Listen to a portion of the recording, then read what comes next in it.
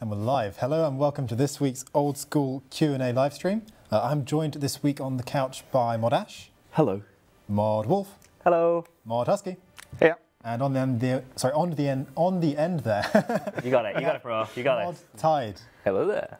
Hello. Right, I am your host, Mod Gambit. We'll start off with the announcements as we usually do. Not a lot to go through this week, but I did want to say we have a PvP blog coming out in a couple of weeks, which hopefully coming out in a couple of weeks, at least this month, which is being worked on by Mod Acorn, I believe.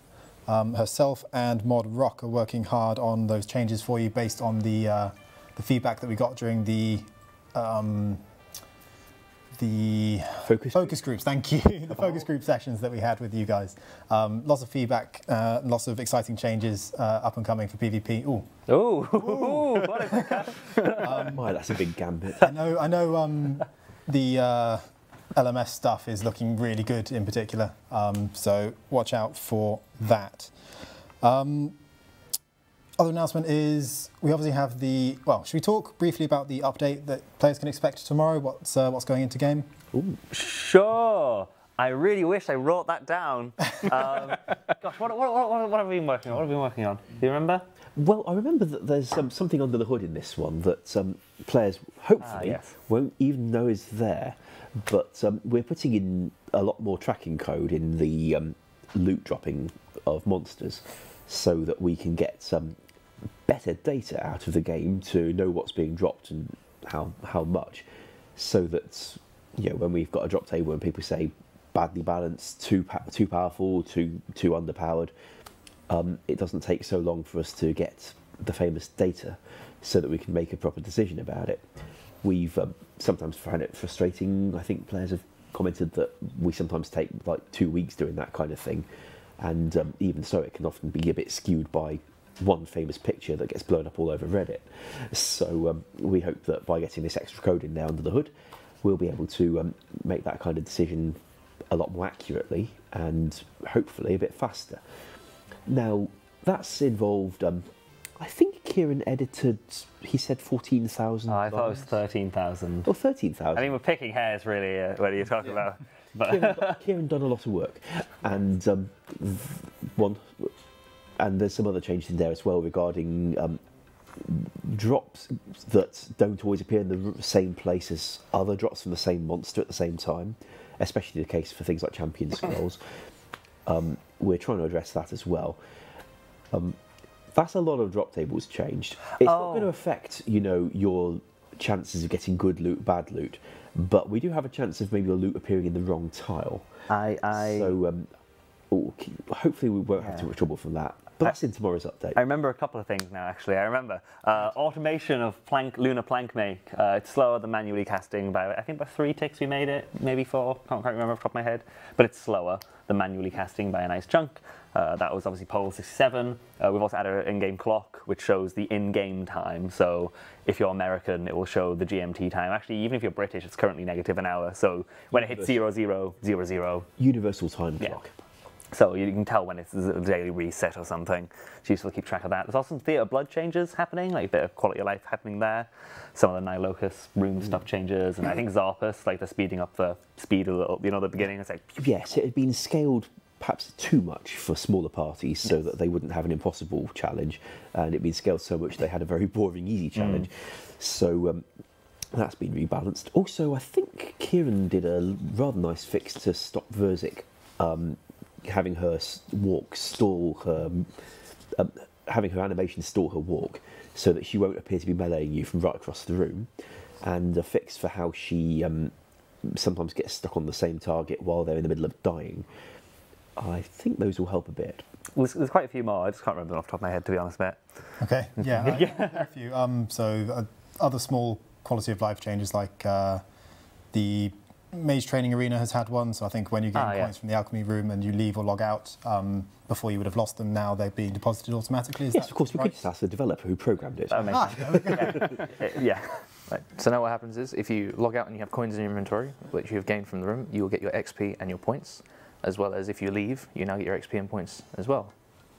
Cool. You don't have to deposit them manually. Bruno, do you remember any more that we've not mentioned? Because you worked on them as well. You probably programmed them, whatever. Yeah. There was...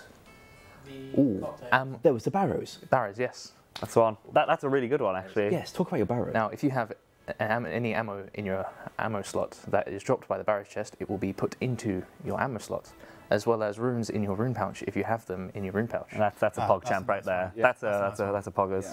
That one sounds pretty good. Beginner clue scroll loot rebalancing. Yes. Yeah. So, from looking at Twitter, Reddit, and in-game, I've seen some feedback, and I've added more items on there to give you more of a variety, and changed a couple of the rates for some things to just help out some people, because I felt the certain thing that I've changed was a bit too harsh, and so it's now a bit more common. This sounds jolly enigmatic. The sorry, chat's really quiet today. I'm kind of suspicious. Did you have an in-game announcement by any chance? That's something I wanted to ask. Actually, if anyone behind the scenes could reach out to Mod Shawnee and double check we had a broadcast. Oh, the chat can tell us. I'm sure they'll let us know. I think someone in the chat said there wasn't one. If we could make sure that happens, I think that's my mistake for not checking. Now, there was a question in the chat from Ian the Jewel who would like to know what happened to the Hasidius update. Mod West did the mapping. Mod Maz has done a code support to handle all the things having to be moved around, and I think Mod Bruno is leading the testing on that one. It's not ready for tomorrow's update, but he'll continue working on it, and hopefully we'll have it later this month. Yeah, it's probably a good time to bring up then as well that tomorrow is, after tomorrow's update, we're then going to have a week off update-wise. So next Thursday there won't be an update at all. Yeah, we've got quite a lot going on, as you have heard, with the various blogs being worked on, and all the stuff from Pole 67 addressing existing content and implementing feedback changes to it, and the PvP blog that's getting compiled. And frankly, the weekly update process is taking a lot of the team's time, because of all the build testing needs to be done for it, as well as making its news post, and compiling the release build is quite a job in itself. So, all things considered, between all that and the national holiday coming up on Monday... May takes a lot of time out of May. I don't know what it is with this country and bank holidays in May, but it's national holiday on Monday. So, yeah, we're taking a week off updates on the 9th, normal service resuming on the 16th, hopefully with the feedback changes to the seed vault that people's asking for in Pole 67. I'm on that right now. Maz has done a good job of that. And that, just for the, so what, placeholders, saplings added to the seed vault, search feature. Making it longer, I think. Making it taller and stuff, so it's not, so there's a lot coming with that. Some really nice ones. I just realised it looks like I have a really tiny leg with a giant foot. You do? the way I'm saying. But these are my actual feet, if anybody's wondering. Oh, there you go. Like, I still don't know why. Really satisfying. It did. So are we plugging this sock then or something? Yeah, why not? So on the merch store now, I think as of last week or the week before, I can't remember when exactly. Recently, this was added to the merch store, the fancy sock, which is being modelled now in the hands of Mod Ash by a Severed Foot. If you want to grab your, get your hands on those, go to the merch store via the website, and grab a pair. That was seamless. Nobody would even know where it went. Cool. So, going to move on to the questions now. If you have any of your own, please do post them in the chat and direct them towards @RuneScape. We have the lovely Mod Bruno who's going to kindly gather those for us. So hopefully at the end we'll get around to answering some of those. Our first question is from Dennis. And he points out that there are no Tsar quests or mini quests, despite the fact that nearly every other race in Gielinor has quests. Can we create a line for them? Lest we be racist against the Tsar. Quite. Yeah. Ed is an ambitious person. He's very ambitious, and he wants to do a lot of work with quests, obviously. He loves his lore. I do as well. A lot of people on the team do. But we're finishing the Elf City storyline this summer, right? We are. And we're very aware there's other storylines that still need to be continued, including ones that we made ourselves with Zaya. And as much as I'd like to do a Zal series, I think there's a level of like, can we finish a couple more off first, perhaps? And we don't want to do a maybe 2004, 2005 thing where we start say, the elf series, for example, and go, you know what, let's make a dwarf series. That's cool. Let's make a goblin series, and then never finish any of them. It doesn't really. It's not as good, I think. If I recall, when the Tistok Dillo quest, or whatever it's pronounced, Dill? Something of the sort. I prefer Dillo, but anyway, when that thing came out in RS3, I think it was pretty standalone and was not trying to link into a lot more stuff. It just made you explore the relationships within the Tsar culture between their different castes of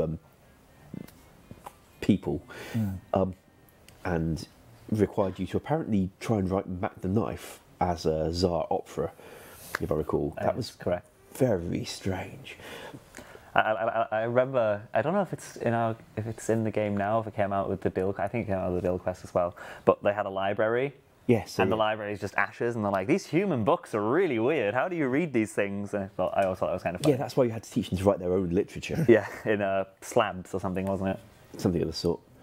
I do like the idea of expanding on the Tsar stuff, especially because we've got the Tasakal now in Kebos. It's quite a nice opportunity to tie Zaya a bit more into the mainland lore-wise, so to make it feel more part of the game than it currently does. Some good opportunities there, I think.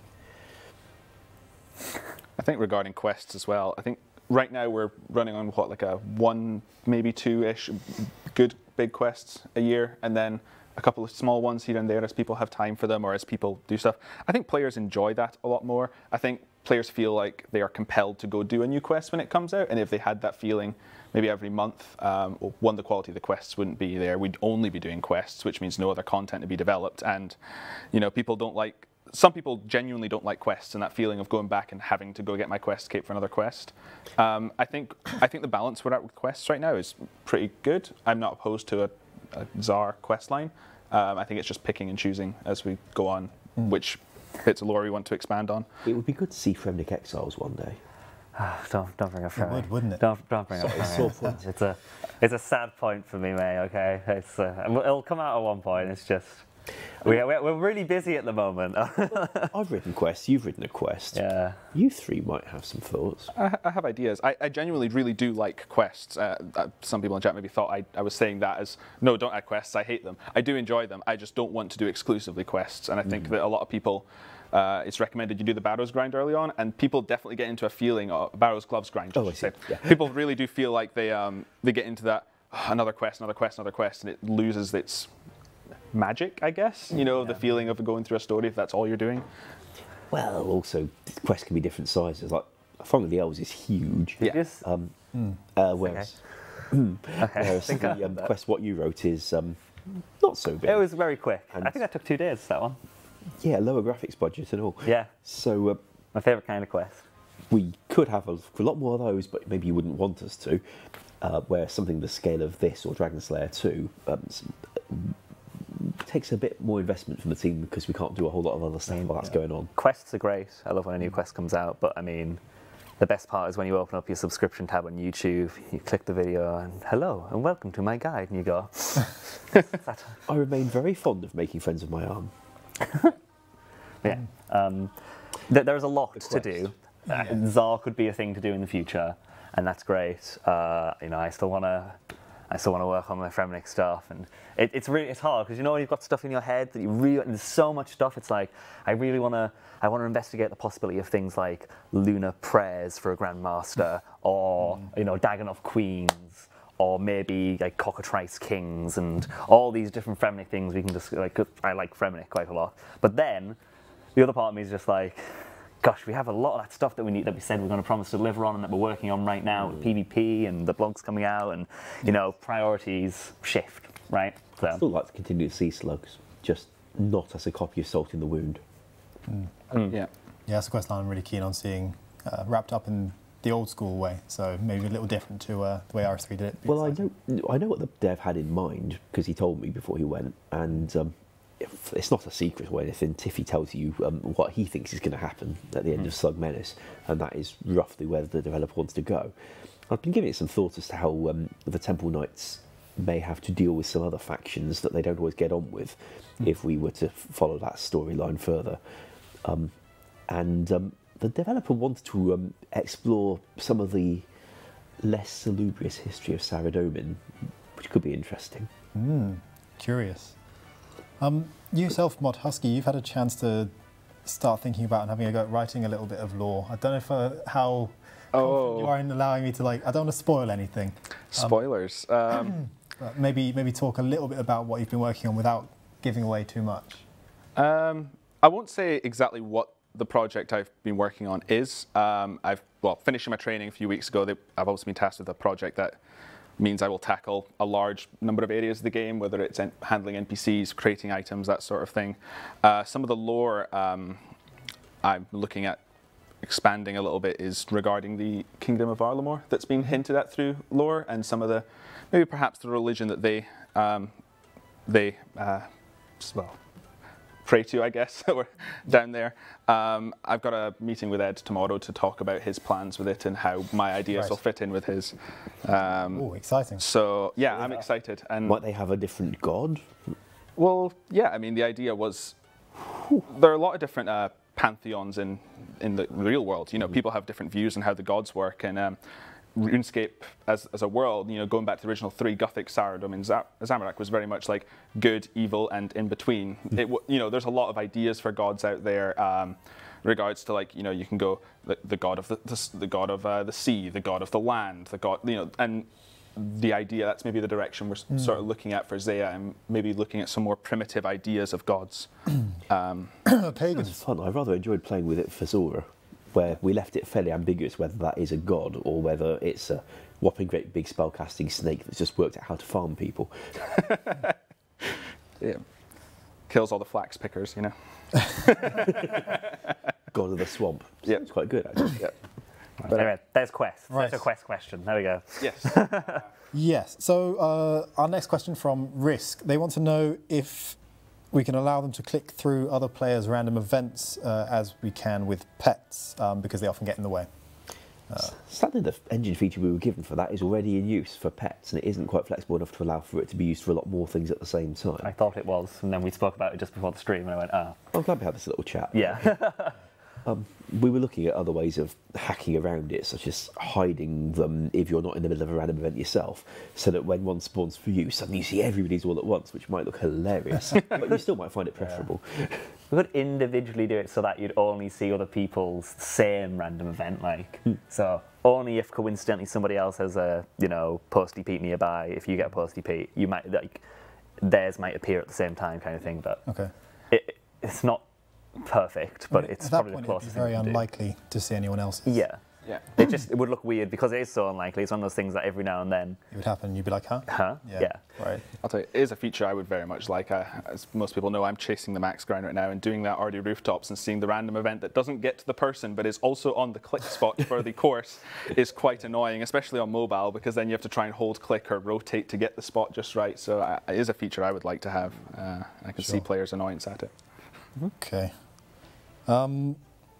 Panozzo says, with the ZMI nerf and the Crystal Halley spec nerf, could you explain your underlying philosophy behind the decision to nerf these methods? Do you think the XP rates shouldn't be able to be boosted by alternate accounts or runners? And how do you justify normal alter running, splashes for thieving, and pacer accounts for herding monkeys in the Monkey Madness 2 tunnels? Obviously a very topical question. Yes. This is quite a very recent decision and approach that we've begun to take. So let's split the question up. Yeah, that's a lot of questions. Quite a lot to go over here. Can I see the list? Absolutely. Okay. So let's so with ZMI, our reasoning behind the ZMI in particular is that when we pulled that, because that was added after the release of Old School, we pulled it with experience rates. And we thought it was kind of, not intentionally, but it might have been perceived as misleading when we showed those numbers. And people are, in fact, getting, like 3, even more than 3, like 4 or 5 times. 5x, yeah. Yeah, the experience that we had on that.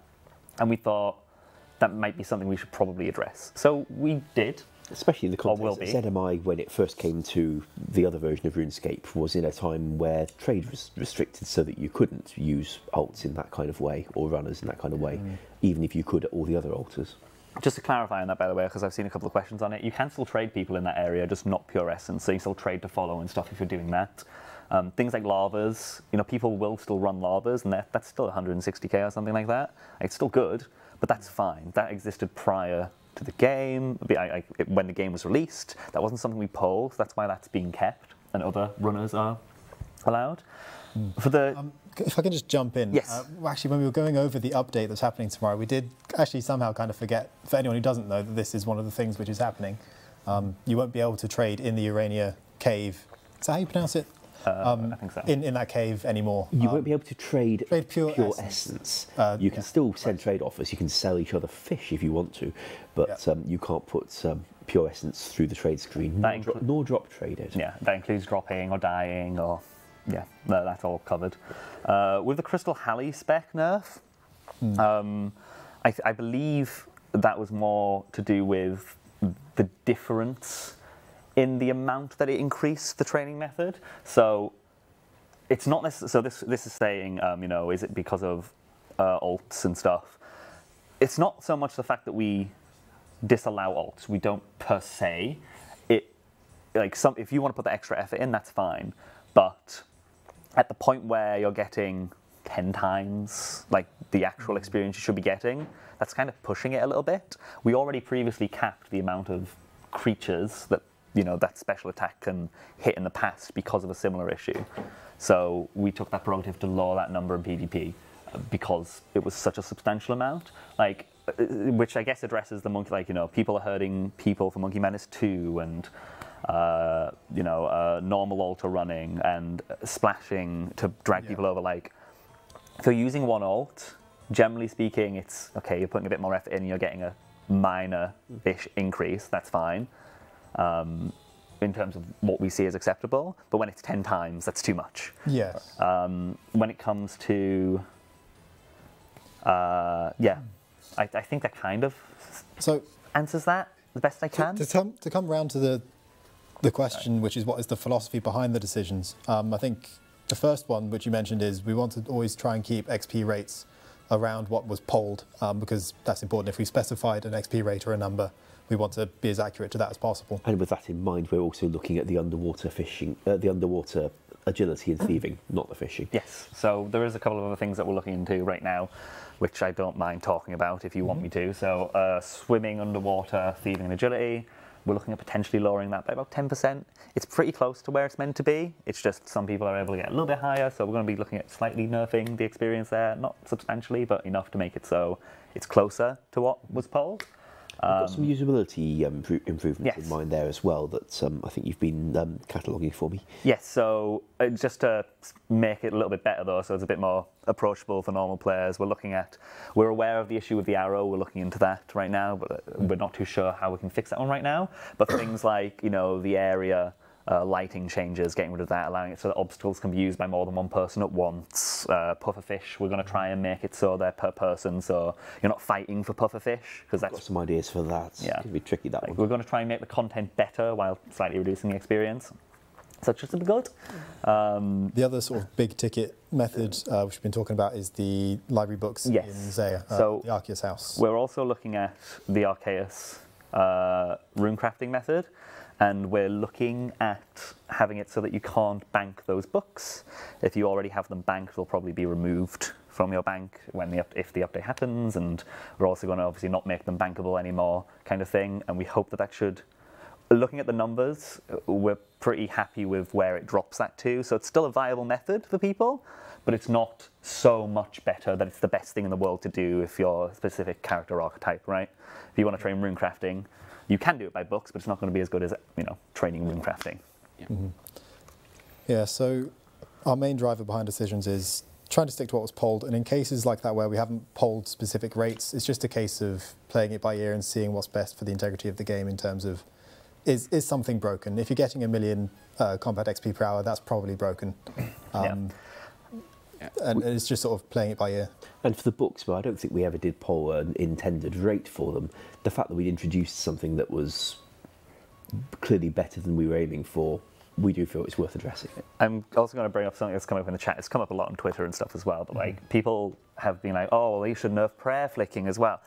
we accept prayer flicking as a legitimate method. In fact, we've now balanced bosses specifically around flicking prayer, right? Yeah. I mean, LNS is, at the moment, before it's redesigned, purely based on prayer flicking, right? Inferno springs to mind. Inferno too, or like also if you're going through, to keep your supplies, you're probably going to be prayer flicking. Like that to us is a legitimate thing in game. That is like a skill cap thing, and we like that. So we're not going to be changing that.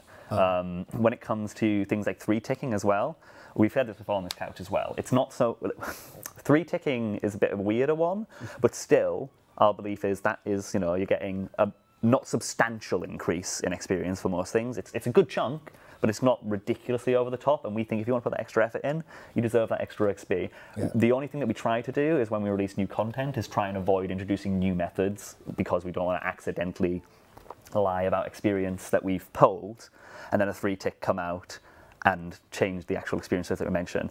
So if we put something in a blog and we're saying it's going to be 100k an hour, if we want it to be 3-tickable, we will say it will be this for 3-tickable, right? Like when we were doing Sandstone for Iron Men, we specifically said these are about the numbers that you're going to get if you do 3-ticking at this level, and we worked that out because 3-ticking exists with mining already.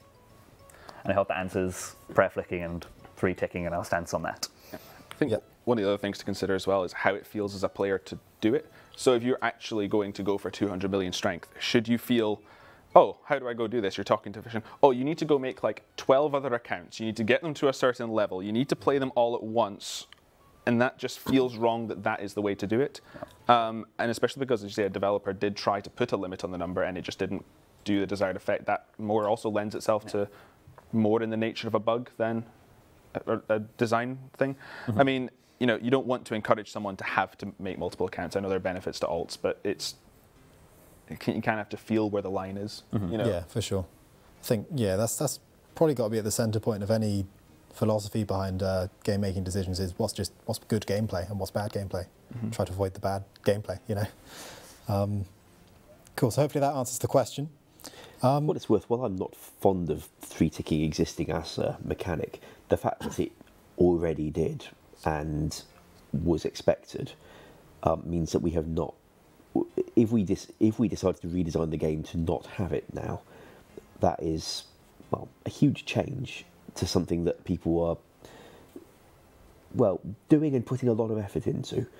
I'm afraid that's not a change we're offering at this time for those who want it changed, and for those who are very happily doing it. Off you go. Yeah. You'll note that what we try to do nowadays as well, specifically when we do any even updates like this automation stuff with like Lunar Plank Make, we try and have it so that most methods that are new or even existing that we tweak, that it's more obvious that if you do this you will get more XP rate than this. So the best one is always, automation is the easiest one to explain, because it's like, hey, you can do now Lunar Plank Mate automatically, and it takes, about, an extra 40% of the time, or you do it manually, so it's more effort. And that's easier to explain to a new player than it is to say, well, if you slightly, start to make this tar, the animation cancel does something with the tick system on the back end, 0.6 second, system of Old School RuneScape that lets you actually start the action earlier, so you get more, it's like, it's harder to talk about. Related from the chat, OSRS Maxin suggests that farming contracts are a bit too generous with the seeds.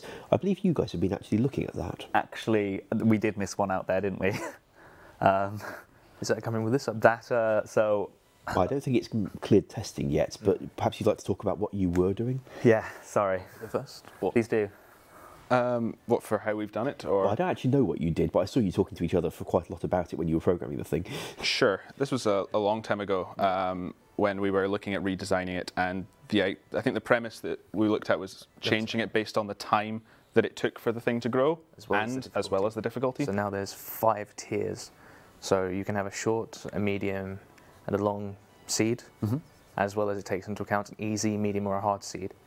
And depending on whether it's easy, hard, medium hard, or whichever, you get a tier between 1 and 5. And it has a reduced rate of seeds on the lower tiers, as well as a slight decrease in rarity as well. Yeah. And we've also rebalanced the amount of seeds you get. So I think it was with, it was Irits. Irits were a big one. Irits, there's a significant number of Irits that were coming into the game, especially considering they're really easy secondary to get for Iron Man accounts. I know that a lot of people have said that it's almost doubled the Herblore efficient herb load rates, and that's probably because of it, because there is no secondary time going into it, and because it's such a quantity. You literally can't run out of seeds to farm these days. So yeah, the long and short of that is that an easy contract will have short to long 1, 2, 3 sort of value on the seed packs. Medium will be 2, 3, 4, and then hard contracts will be 3, 4, 5, and that's like the value of the seed pack you're getting. And you know, a value 3 seed pack, whether it's from a easy contract that was a longer contract to do compared to a medium contract that was a middle length to do, is the same one. Essentially, it's mainly, it's not as bad as it might be coming out.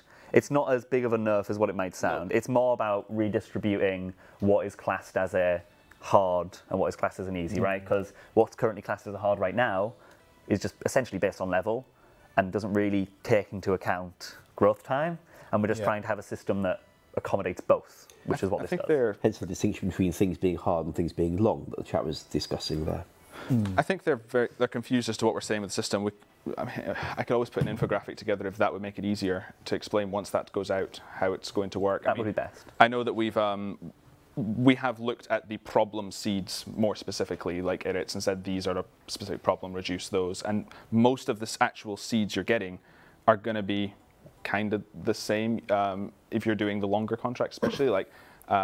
And we're leaving pre-planting. We think that's actually a fun thing. When you go around, you're like, oh yeah, I got 5 pre-plants in a row. That felt rewarding. Satisfying. Yeah, so we've left that in as a mechanic to do it, because that's part of the thing that people enjoy about farming contracts.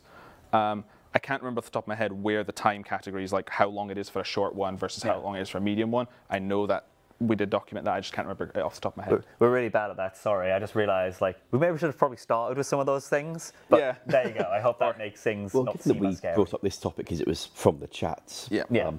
So we wouldn't have necessarily prepared this one. Yeah, but there you go. Those are our current things in the pipeline of changes. Yeah. Excellent. I'll move on to our next question then, which is from the Lobbers. Excellent name. Good name. Very specific question. They ask how we would feel about adding a barrel next to the flax patch on Miscellanea that could be used to store a rake. Or a rake barrel? Quite. Or even a chest next to the gate that could store the tools needed for all favour-gaining activities, like a pickaxe, axe, rake, or fishing net. Well, Ring of Wealth literally teleports you. It's a fairy ring. Come on, guys. Like, that's just lazy. Lazy-scape. That one, I'm not. I mean, we could. Make it so when you click the barrel, it takes away your stuff. Instead. The island has a bank. Mudrock's got a bank. There's literally a bank up the stairs, like on the other side of the island. Like, I feel like, why have you got a barrel anyway? You're the king or queen of the island. You can buy a rake there at the farming shop that's inside the market. Yeah, why can't you just go over to the Lumberjack guy and say, give me your axe, I'm your king, you know? Or just bring your tools, forehead, you know? But, okay. All right, we'll glide past that one. Probably not a... He's probably not got as good an axe as you do, though, because you're the king. Or queen. Yep. There you go. Right, anyway. Oh, there we go. You would lose favour, I think, if you just took his tool every time you went near him. That seems... Well, yeah, that would balance it somewhat, I guess. I don't know. I mean, he's kind of like, his job is to endlessly chop logs, and then you're like, here, let me have a shot. He might get a cup of tea. He might be pleased about the break. You know, see that Lumberjack endlessly swinging. You know, his arm must be getting sore. He must have a pretty high strength level, maybe, if that's how that works, if he's not stopped. Or this Lumberjack has his right arm like this big. Like that Simpsons episode where Homer was doing the lifting the dumbbells. Yes. Should get thinking of a different reference from Family Guy, but I think we'll glide over that one. So yeah, I was thinking. Let's move on. Only Gladiator asks. Well, they say currently the drakes drop both noted and unnoted herbs. Having them drop both kinds seems quite odd, especially given that the noted variety... especially given that the herb sack exists. Could we make it so that they only drop unnoted herbs so that the herb sack can be used to collect them? Thanks. I quite like that. I was looking at with some of the stuff that I've been doing with my project, I've been looking at how drop tables work and how people have coded them in the past to make things consistent. And there is a piece of code that basically says, go give me a useful herb and give me numbers of those. And all those are noted, and it's probably just that it's been 2 separate bits of code for that, and there's no reason, I guess, why I can't make a version of that for unnoted ones. Yeah, that was my fault. Yeah. I was going to say that one actually was me.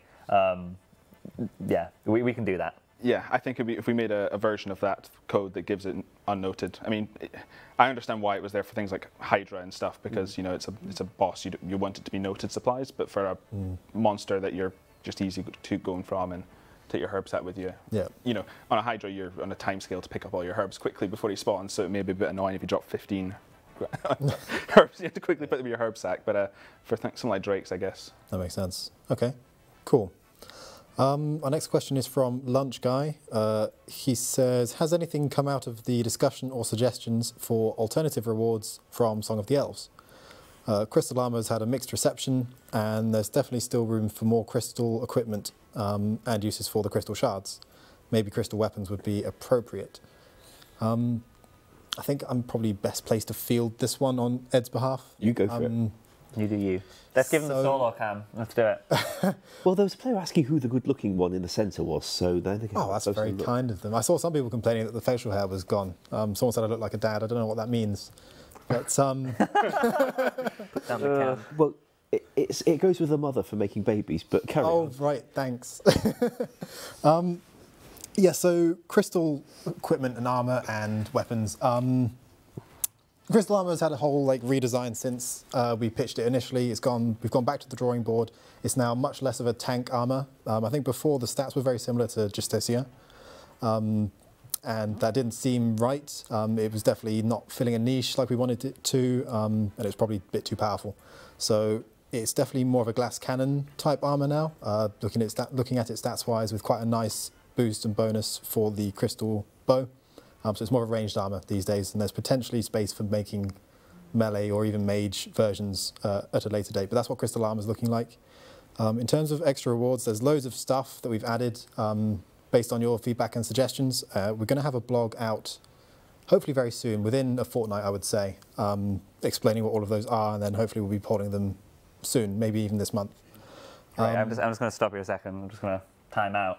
I don't know why everybody's spamming PvP all of a sudden. Probably somebody told somebody to or something.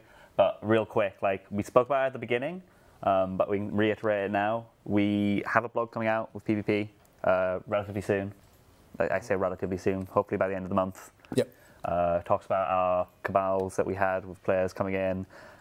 Literally have a meeting this Friday discussing some sizing of certain changes and stuff that we're looking at for PvP as well. It's being worked on. We're sorry that it's not as visible to you guys right now, but that'll be sorted when we get that blog out. There's your PvP answer. Yeah. Please continue with something else. Sorry. That will cover Last Man Standing, general PvP changes that came up from the focus groups, and the Bounty Hunter rework, what's happening with that, will all be covered. Yeah. In terms of crystal equipment, we've come up with some stuff. I don't want to give anything away at this point, but there's definitely, okay, so we're polling a crystal weapon, at least one, which looks very exciting, but you'll hear about that soon. Basically, in short, yes, we've thought about it a lot and come up with some exciting stuff. You'll hear about it soon. I'm going to move on then. So our next question is from, camera's still direct, it's fine. Our next question is from White Brine. They ask, will there ever be a use for the rare fossils other than selling or dipping them in water to get a little prayer XP? For instance, finishing that last part of the museum, which is inaccessible. Maz has a design for that, a rather cool sounding one from what I've seen of it. Unfortunately, it's a fairly graphically intense one as well, and she doesn't have a graphics budget to achieve that one so far. I hope in future we'll be able to have it, maybe in a slightly modified form that doesn't require quite so much artist time, depending on what else the artists have to do. But I do hope to see that done, because it would be good for things to have a use, good to finish the museum thing, and frankly, it just sounded quite fun. Yeah. I think we have mentioned that on stream before. We've mentioned it in a blog. Yeah, so if I recall correctly, tell me if I'm doing the design injustice here, but the idea is that it's sort of a build your own boss idea, whereby you use the fossils to construct this boss, and based on the combinations that you use, it will have different mechanics, which sounds awesome. I think there was also another idea possibly from Mod Rock, if I'm not mistaken. I don't want to do him a disservice either, but I can't remember off the top of my head exactly what that design was. There was some talk of a POH build your own fossils room. I don't know any details for that one or why you'd do it, or maybe it was just an amazingly glorious cosmetic thing. Or maybe you do something in your house with it and get XP from doing so. I'm not sure of the details. I think he mentioned something about like creating bone versions of the Slayer creatures that you can kill a temporary amount of times to, and stuff like that. Like different ideas. I can't remember, but yeah, I think he mentioned that one. I think that was it. Yeah, I think it was for so you could face skeletal versions of Slayer creatures. So I think they would be quicker tasks, so it would allow you to get through the tasks without having to cancel or skip or block.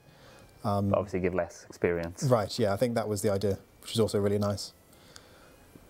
El Tomo 90 asks if we can make a MakeX smithing interface similar to the recent goldsmithing quality of life update. Currently you left click the anvil but have to right click X to select how many items you want to smith.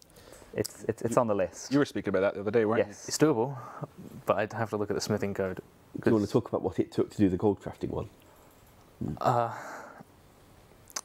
With the gold crafting one, because there's so many items on the gold crafting, they all have their own individual buttons. So I've had to go through all the code, so they relate to one button, which relates to the MakeX for when you click how much you want to make.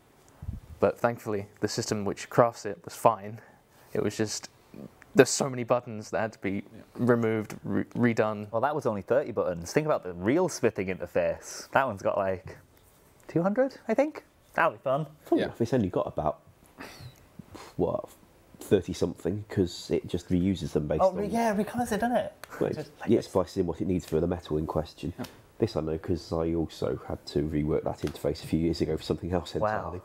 No excuse now, mate. Oh. No, okay. You can do it. Well, it's not the only thing we need from him, but we did it for gold crafting. We do expect to do it for silver crafting and the anvil. And the sawmills come up in this context as well, though we can do something simpler for that. Just don't be lazy, forehead. We want to do it. We have a lot that we're doing, I promise. Yeah. It's on the list. Also, silver jewelry, I think, is also another thing that we popped on. It's not a bug that it's only working for gold and not silver. It's just they are separate interfaces, so we did the one that most people use first. Well, slightly. I think anvils might have won in that context, but it also at the time, Mod Tide was relatively new to the team and needed a bit more practice on interface work. So we picked one that wasn't massively complicated, but would still be beneficial to players, rather than sending him in the deep end on the anvil. He's more experienced now. Don't want to drop an anvil on someone in their first period of starting. Yeah. Or drop him on the anvil in this context. Possibly could do it after I've finished what I'm doing right now. Cool. Ooh. Oh, promises. Oh, we said it on stream now, man. You're going to get a tweet once a week now. Locked in. Yeah. Where's that? Mod Tide. Day 79 of reminding Mod Tide he said he'd do this after his next job. After can be a very, very long time in the scale of the universe. Yes. Yeah. We're going to get that every single time on the QA stream now. Has he done it yet? You know. Our next question is from C Oracle, and I really like this suggestion. So they ask for our thoughts on a unified minigame shop. So because some minigames are more fun than others, players would be able to unlock minigame content from any they choose to play. The current rewards when added to the global shop should be balanced around hours needed to obtain them. To further breathe life into the minigames, what about introducing a weekly rotation where one minigame is chosen to give bonus rewards during that week? You know, technically we've had, that's passed a poll. Has it? Not in that form. The shop was going to require currency from each of them rather than letting you... Is this one... Well, what this player's asking for is to be able to avoid, say, Barbarian Assault by just playing Castle Wars a lot and then buying the Barbarian Assault rewards. Right. That's which is very different from what passed the poll. Oh, okay, right, no. That's not what I envisioned. Sorry, maybe I misunderstood the question. I think, no, you're probably right. I probably misunderstood it. Well, let's try it again, shall we? It's probably true. No, I think you're right thinking about it. Okay. Yeah, but it's made me not as excited. If we don't like that idea, what about a universal minigame shop that doesn't offer the rewards that the ones each individual minigame currently has uniquely, but instead rewards you for playing minigames on a weekly rotation? So So it passed. Wasn't the problem that just they couldn't come up with rewards for it? Like we pitched rewards and every single reward failed, but the shop itself passed. So what passed was a shop where you need some points from this minigame, some points from that minigame, some points from the other minigame in whatever ratio we liked, which would be used in this shop to get stuff that's in the shop. The shop passed. Everything that we offered to put in it didn't pass. Now, we could reasonably just offer different stuff to go in the shop. We've got more artists these days than we had in, 2013, 14, so we can make more cosmetic rewards, which might be appropriate for it. And that said, it just didn't seem to be a very hot topic, so we let it go. We should, in theory, have developed a shop with nothing in it and launched that in order to fulfil the poll promise. I hope players aren't too upset by the lack of the empty shop so far. Yeah. So I don't like the whole weekly rotation though, and bonus points for doing it. Okay. Maybe if it's a new currency, it kind of passes, and it's just that one currency. But the problem you end up with is, I want to do, I want to get my void set now, but no one's doing pest control because it's not the weekly one. When's the next one? Oh, it's six weeks from now. Yeah. Damn. So I guess I can't get void for 6 weeks, or I have to try and. It just feels very. Do you think people strange. wouldn't do the pest control though while it's not on rotation? I think people still would. If you do it when it's on double points, like, would you not wait for the double points? I mean, again, if it's new currency. I would only apply the rotation bonus to this unique, this overarching shop, rather than rather than the rewards at the time. Our players do like optimizing their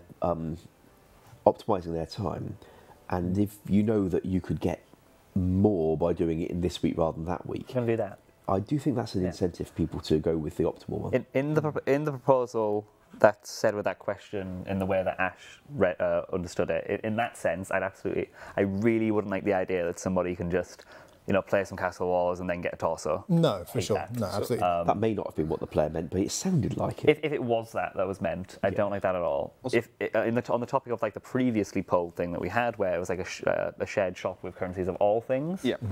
If people have rewards for that, I'd love to look into them if people still want to do that, but we've never found anything originally. That's good tier outfit. It's not something we've spent a lot of time pushing, but there is appetite for cosmetics, and they don't all have to come from treasure trails. True. No, it may not be enough to breathe life into certain mini games, which would still require their own sort of reworks and fixes. But we are hoping to do a lot of that stuff. I think, at the very least, Last Man Standing is getting a lot of attention. Yeah, so Last Man Standing, Trouble Brewing sort of springs to mind.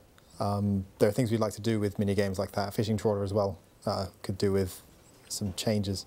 Yeah, I've got an idea about how to improve the dead click scenario when it's really busy in there. Might work. But yeah, all in all, I like the idea of a big mini game overhaul and a bonus for participating at certain times, or at least a shop for competing in mini games. Maybe on a whole week and not a weekend though, because I can see the person being like, yes. "Oh, this is the weekend, and I'm now working both shifts because I'm a university student. Right. I guess I'm phoning in sick for work, which isn't good for the player anyway, just so they can get the double points." There's a lot of. Don't do that. Yeah, please don't do that. No, please don't do that. But I know people will do it. They might do it in this company, in fact. I was about to say, actually, are you just saying that you're going to ring up work and be like, I can't come in? That's what I'm hearing. We're going to wonder about you. That's what it is. I'll wait for the week when it's on, and I'll just be, guys, I'm sick this week. I'm going to get my double points. I just don't like the idea of artificially trying to push people to that game. And yeah, I think it's an idea with potential. I just think we have to be careful about things like that. Let's have a moving on. Given how players have felt about double XP weekends, the bit where they don't seem to want one of those, it's arguable they wouldn't want one of these either. Yeah. That's fair. I'm going to move on to some chat questions. We have a few at the bottom here. Again, if you want your questions asked at RuneScape in chat, send them to Mod Bruno. He'll get them added. The first one is if there's an update on the Last Man Standing rework. Yes, Mod Rock has worked really hard on it. We said at the beginning of the stream, if you missed it, there'll be a PvP blog out soon detailing all of the changes. Basically, everything you guys wanted for Last Man Standing is going to happen. Assuming it passes poll and the usual process, but that's looking really good. As someone who doesn't PK and doesn't really like it, I'm excited to try it. The changes look really good. It does look from fun. Speaking to him, and he's really passionate about it as well, which that's obviously going to help the design and the implementation a lot. Also, the smaller change to Last Man Standing to make it make a casual game start with 4 players. That one passed poll for 67, which is interesting because That's the kind of thing I'd often expect to be the victim of spiked voting. So either players aren't feeling spiteful or hiding poll results makes an interesting difference. I look forward to seeing where that one goes in the future. Yeah. But I hope we can get that particular change in sooner rather than later. It's not like it's scraped by either. It passed by a large margin. So well, I was having a look through the code the other day to see how to go about doing it. Looked like it wouldn't be too hard. Our next chat question comes from Clown, and they ask if we can change the cap on ecumenical keys. Yes. Do we want to? That's a different question. I'm not particularly keen on that idea. It's quite low, and people would at least still have to visit the wilderness to get them in the first place. Yes, it does. You do get a boost for the wilderness diary, which I think is maybe that could be more generous. I think one of the problems is that they get rarer the more keys you have. And even though the diary lets you have more keys, they're still getting substantially more rare than the diary bonus. Maybe if we removed the getting rarer part, that could be... But then you'd have to change the alc value. Yes, you would have to change that potentially. I think they'd let us if it were made part of the question at least. Sure. Yeah, because I think it's the ecumenical keys, it's the fact you have to go through that process that gives a lot of God Wars Dungeon its value, because it's an effort just to get there because of that exact reason. And I'm sure that plays a role in the price of all the rewards. Yeah, my thought on this was remove the scaling drop rate rather than the cap. There's also a thing in that feels strange to me, but you can't get a key on the same world unless it's been 2 minutes since you got the last key or something like that. But players intended to avoid people getting one, dropping it, getting another one at the higher rate. Doesn't work very effectively, and we can get rid of that as part of removing the scaling. As far as I know, players going for them know they can get around this by just hopping to another world. So it kind of... World hopping was, of course, a lot less convenient in the earlier days because there was still a 30-second delay on it. So people weren't world hopping as their obvious meta for everything. And at the very least, streamlining that process so that people don't have to hop worlds, or at least fixing the rare thing. I think if that passes... If we were taking away the scaling, this is part of the scaling, so yes, it would go as well. I'd also suggest that what was it with the keys? Sorry, I had a different thought until that one came back again. Scaling? Yeah, take away the scaling. Quantity? Aviances.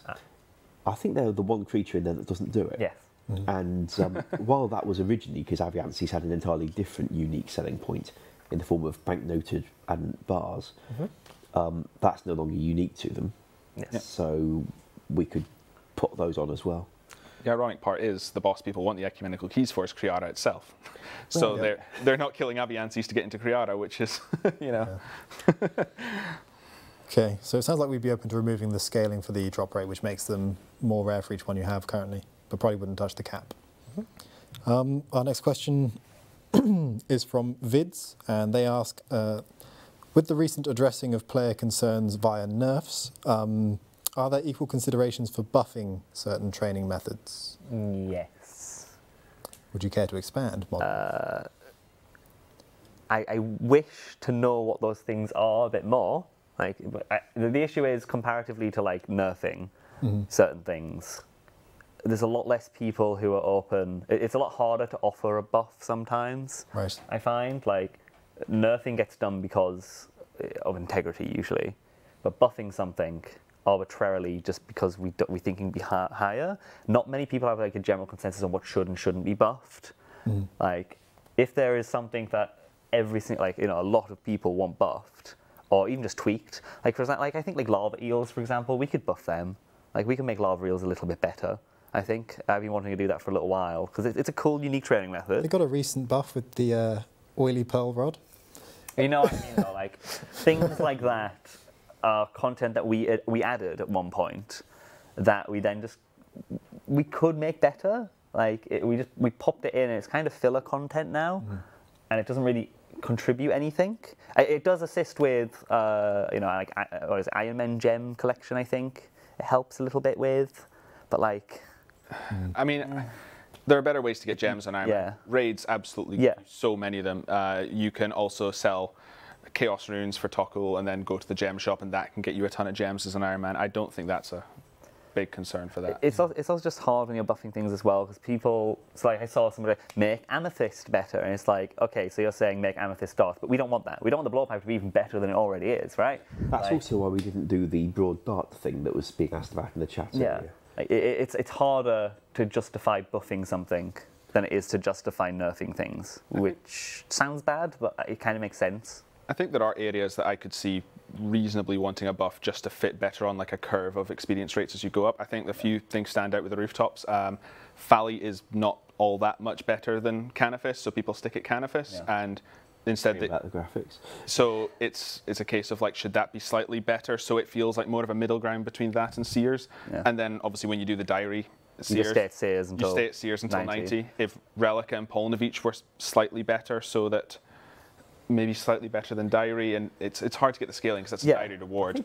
I think Valleca has a slight benefit in that you can keep the camera at one angle and still hit most of the things quite conveniently. It's about getting that balance, right? Like we can buff Polnavich and the Fremnik area, but then I would agree, and I hope the players would as well, that, you know, the diary is a reward. It's not a bad thing for that to give, you know, maybe in the middle of those two, maybe just under, you know, Valleca or just under Polnavich. Like, we have to talk about that as well. And what we could do is put an equivalent diary reward to the Desert Diaries and the Fremnik Diaries, so that maybe the boots teleport you right to the end, so you don't have that little run across. Maybe that's the slight buff it needs. Maybe there's something on the desert to get you to, I don't know. Like, I'm just thinking ideas like that, because at least if you're doing one course from 60 to 90, that feels boring enough on a skill that's already a bit boring. I think as a general rule, like we're applying to ZMI, if something isn't matching or at least close to the polled XP rate, if it's way under, we would look to increase it. And for everything else, it's probably in a similar way, just a case-by-case basis, looking at, is this right for the game? Well, it's 1 minute to 6. Is there anything else you particularly needed to cover before we... Don't believe so. Yeah, we are just about on the hour, so I'll do quick reminders. Messages from our marketing team about anything? Not this week, really, that I'm aware of. So, yeah, so for anyone who doesn't know, we've got the PvP blog coming out in a couple of weeks. That's going to cover all the PvP changes that we intend to do, including Bounty Hunter and Last Man Standing, as well as Dead Man Mode, what's going on with that. There'll be no update next week. That's going to be, well, we explained at the beginning of the, well, if you're watching, this is a video, you'll have seen it. And there'll be no update, no update next week. That's about it. I'm going to thank everyone for watching. I'm going to thank Mod Bruno on chat and everyone else on the couch here with me. Hope you guys have a wonderful week, and we'll see you in the next one. Bye-bye. Bye. Bye. Love you 3000.